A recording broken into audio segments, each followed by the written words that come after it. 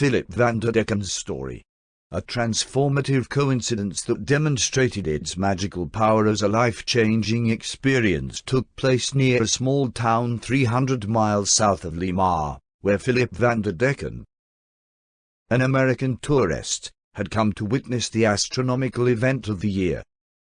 Early in 1994, he learned that a total eclipse of the sun would occur on his birthday. But the celestial event could be seen only within a narrow band across the middle of South America, preferably someplace south of Peru. As much as he wanted to celebrate himself in this unique way, the best round-trip airfare to South America his travel agent could find for him cost $1,200, far beyond his means. He resigned himself to the fact that his next birthday would have to pass without any astronomical extravaganza. A few days after his travel agent gave him the bad news about his airline ticket, Vanderdecken received an unexpected commission for a side job that required little work. He was offered exactly $1,200. Taking his fee as a sign from somebody that I'm supposed to celebrate my birthday in Peru, he eagerly made plans for a special birthday. Arriving in Lima a week before the eclipse, he took a bus to the town of Nazca, where people from all over the world were gathering to witness the event. Up until a day or two before his birthday grew short, his spirits were progressively overtaken by a deepening melancholy. Leaving his hotel one morning, Phillip wandered out of town toward the desert, away from the sea, toward the mountains. There he climbed to its summit, from which he saw nothing but arid rock and sand in all directions, spreading to the horizon. Even at this altitude, he could not shake a deepening sense of despair, a feeling of remorse for a life of missed opportunities and unfulfilled hopes. From his high perspective, he seemed to have a clear view of the longer roll of years that led up to the present moment. Vanderdecken began recalling all his miscalculations and botched efforts, going back to his childhood. He catalogued all his recollected failures and defeats. He gave himself no passing grades in any aspect of his life. His chosen career had fizzled out, and his personal affairs without exception ended in an emotional shipwreck. It was fitting he had come to Peru for an eclipse, because the very word meant failure. So too, his life had been eclipsed by too many years of disappointed hopes, rendering it without merit. His sense of self-worth had never fallen so low. Even his will to live seemed less strong, and he speculated that dying of starvation alone on top of this mountain might not be such a terrible fate. He had fits of depression before, but never as deep as this. Thinking he was alone, he was surprised to suddenly notice another man, perhaps 300 feet away, standing motionless at the edge of a crag. Staring at him, he saw that the stranger was weeping silently.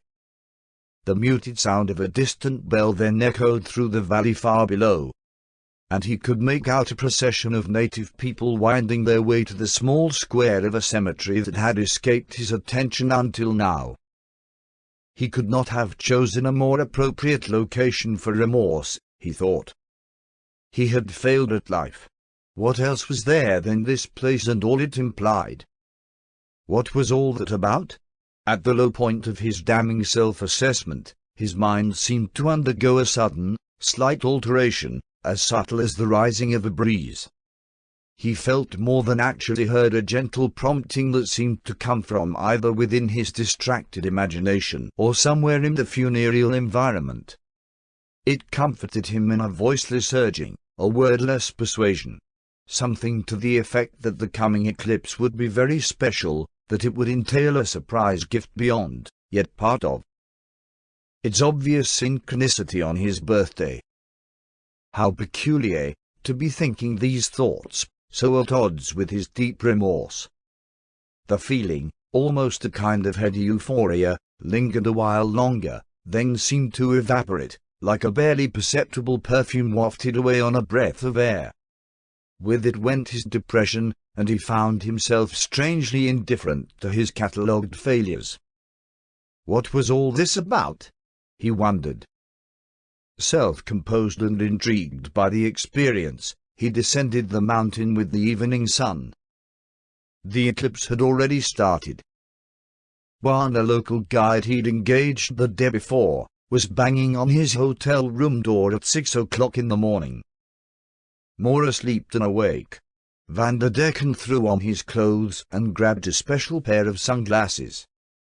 Juan was impatient but smiling a broad, toothy grin.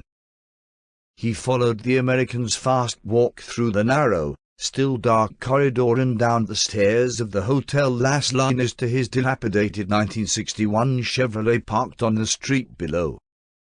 They sped out of town, going south from Nazca along the Pan-American Highway into the Peruvian desert. Every so often, they passed groups of people squinting up at the rising sun. He checked it out through the coal-black sunglasses he'd bought along for the event. One was right. The eclipse had already begun, although just barely. Less than 15 minutes out of Nazca, they were surrounded by an apparent infinity of grey desolation, stretching from horizon to horizon. There it is.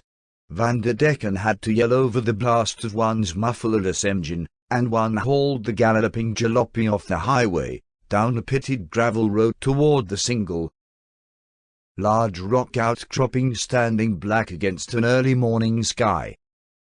It was from this isolated prominence, selected only a few days before, that the visiting American would view the eclipse.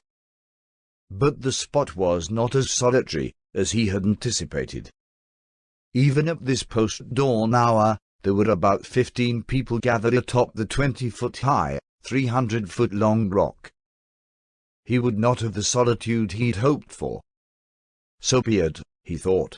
By the time they found a place at the top, Vanderdecken could see, thanks to his special glasses, that the moon had only just begun to take its first bite out of the sun. The morning was mostly clear, with only a few clouds thinly veiling the east. Morning had already transformed the grey desert into golden brown, and the temperature of the dry air was increasing rapidly. Without appropriate shades, no one would have known there was anything unusual about today, at least at the beginning. But after the moon reached its halfway point across the sun, change began to accelerate. The swiftly rising heat of the day reversed itself and dropped noticeably. The air got colder and colder, as the brightness of morning deepened into an otherworldly shadow. By quick advancing degrees, the golden desert hues turned silvery. Darkness at mid-morning was falling upon this land of ancient empires. It intensified by perceptible increments, while an apparent unease swept among the small group of native people and foreign tourists. They spoke less often and in muted voices. The very rock on which they stood, watched and waited, turned black beneath their feet. "Maybe the sun won't come back, because we have been very bad," one muttered more to himself than to his companion, who looked at his face in the sinking twilight of the eastern morning sky. Juan was not smiling. Then, so unexpectedly as to startle him, the mixed crowd of strangers began to yell and clap their hands for the sun's return. They made such a savage racket that their noise echoed far out over the desert. Their outburst struck him as historically ironic, because he recalled reading how both Native Americans and the ancient Greeks, for all their high civilization, would scream for the moon to release the sun during a total eclipse. Here were human beings in 1994 CE continuing this tradition. Vanderdecken's surprise gift. Things were to get still more dramatic.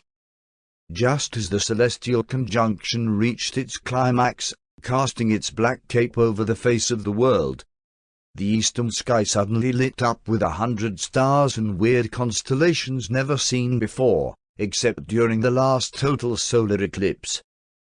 Expressions of awe went up from the clapping observers. But almost as abruptly as they appeared, the unfamiliar stars faded away into a steady brightening heaven. The moon finally relinquished its grip on the sun, which restored light, heat, and color to the desert. One grinned self-consciously. Well, maybe we weren't so bad after all. His superstitious reaction to the eclipse seemed to mirror the unease exhibited by the crowd of observers. The area chosen by Vanderdecken to view the phenomenon was among the Nazca lines. These are the famous, oversized drawings etched into the Pacific coastal desert 2,000 and more years ago by artists surveyors of a lost, little understood civilization predating the Incas by centuries. Its geoglyphs are wonderful representations of a spider, monkey, whale, hummingbird, condor trees, spirals, triangles, and lines that travel perfectly straight for miles over the desert. The earth illustrations were executed on so colossal a scale that they may only be properly seen from the perspective of a circling airplane. Toward the southern end of this collection, bizarre as it is gigantic, sits the rock from which Vanderdecken witnessed his birthday eclipse. He knew nothing of the spot, save that it seemed the right place for observation. Later, on the night after the eclipse, he was reading a recently purchased book about the Nazca drawings.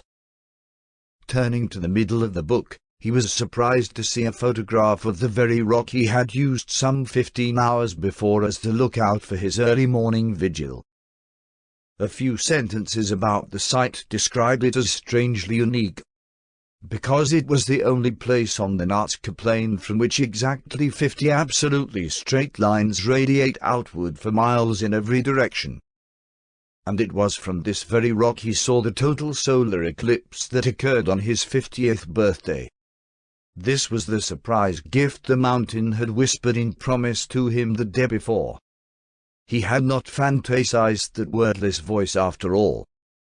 A tidal wave of powerful wonder swept over him, as he experienced a shuddering awe in that moment of recognition. He knew at once and with complete certainty that he had been guided by a providence as vast as time itself to commemorate his birthday. Standing on that rock, with its 50 coincidental lines etched into the desert thousands of years before, each one paralleling his own years of life, he had become the unwitting focal point of an incredibly unique moment, in which the sun, moon, and human prehistory perfectly aligned themselves through him. The deep impenetrable mystery of the event galvanized his imagination. Its experience was beyond reason, almost beyond feeling. In the context of this experience, his feeling of a lifetime accumulation of insignificance was swept away forever.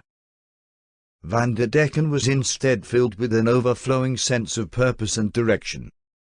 He felt that his existence had meaning and value out of proportion to his previous self-assessment as a failure.